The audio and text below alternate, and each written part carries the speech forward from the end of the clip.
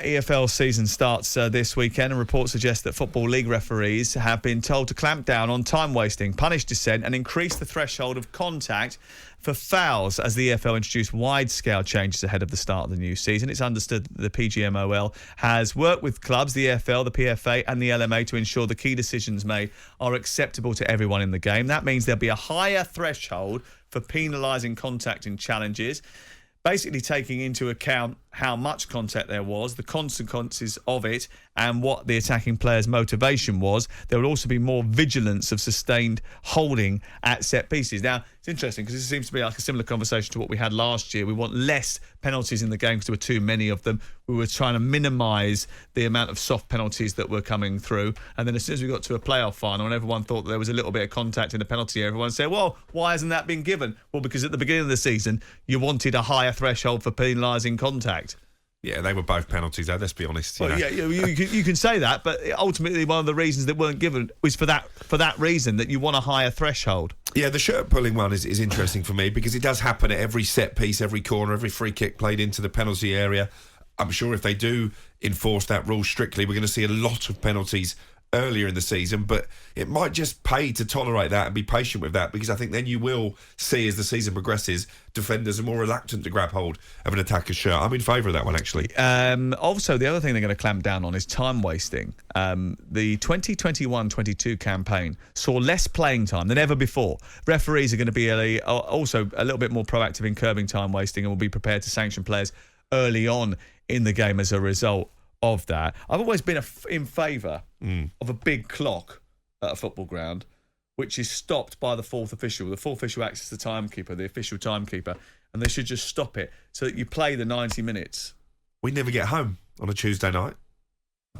Okay. Well, I'd rather see the ball more in play and then time wasting stop than people using the dark arts at the end of a match to get over the line. Yeah, I don't disagree, actually. And you say dark arts at the end of a match. There was the story by our colleagues at The Athletic, a really in-depth look. They went through all the Southampton matches, and our colleague there, Dan Sheldon, spotted that around about 70 minutes, a Southampton player would go down randomly injured so that the other players could all take on these energy bars. And actually, I looked at some of the video clips, and I said to Theo Walcott privately, you need to work on your acting, because the way that he went down a couple of times wasn't particularly convincing. But it is, it's all planned, and there's a little bit more sort of thought about that in order to get over the line in games, and it is win at all costs, and we understand that. But, in terms of the game itself, what I don't want is we get into a situation where there was a discussion that we'll make games 60 minutes and we stop it every time the ball goes out of play. I don't want that. But I do want a big clock which is telling people when the game is going to end, so everybody knows what is being penalised for time wasting, what stoppages are for, so that you don't have this situation where a ball goes up and they say 5 minutes of added time and you're all thinking,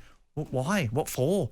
Why was there 5? And actually now you've got the 5 subs being allowed to be brought on in the Premier League. Managers can really use that to their advantage. Subs can take an eternity to get on and off the pitch. So I think you're right. I think something does need to be done, because ultimately football is a sport, it's entertainment, and the more time the ball is in play, the better. That said, we are all hypocrites, aren't we, as football fans? Like, massive hypocrites, because the other night when we were watching England versus Sweden and Rachel Daly was taking an absolute age to come off on the near side, didn't criticise the one jot. Weren't they 3 up at that stage? Yeah, just come on. Don't think she needed to do that, to be honest. But, we're running down the clock, we're being professional. We're trying to get to a European Championship final. It's absolutely fine. Everyone's like, yeah, don't worry about it, Rach. Keep going. Did you see the dive, by the way, last night in that Germany game? I did. I called it out on air. Absolutely horrendous. It was ridiculous. Dive. It was McGull, wasn't it, inside the penalty area? And no yellow card, though. No, and we talked about that. Leanne Sanderson and I talked about that last night, and she was saying one of the things that a lot of people really enjoyed about the tournament was the fact that there isn't much diving.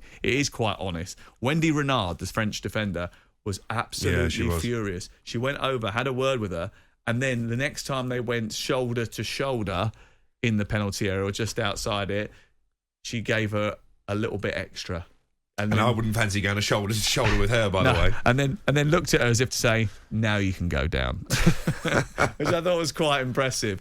She is some character, that is for sure. Interesting to see what changes are going to happen in the Premier League this year as well, in terms of that high threshold and the time wasting stuff, because we're doing a briefing, I think, next week, aren't we? Yes, I think we are. With the PGMOL, in which they're going to give us sort of an updated view on what's going to happen with the refereeing standards, etc., etc. There's usually a few little tweaks. The law hasn't actually been tweaked that much this year, so it'll be it's quite refreshing that we haven't got like 17 changes to worry about at the start of a new campaign, which is good. I'm surprised they've not asked you to take the briefing, because you know more about the rules than most of the officials, to be honest. Well, you are an encyclopedia. Well, first of all, they're the laws of the game. There you go. See, I've found straight away. And the first thing I'll say to you is they are available as an app on your phone. If you can, I'll get you to download it. The IFAB Laws of the Game. And How many laws are there?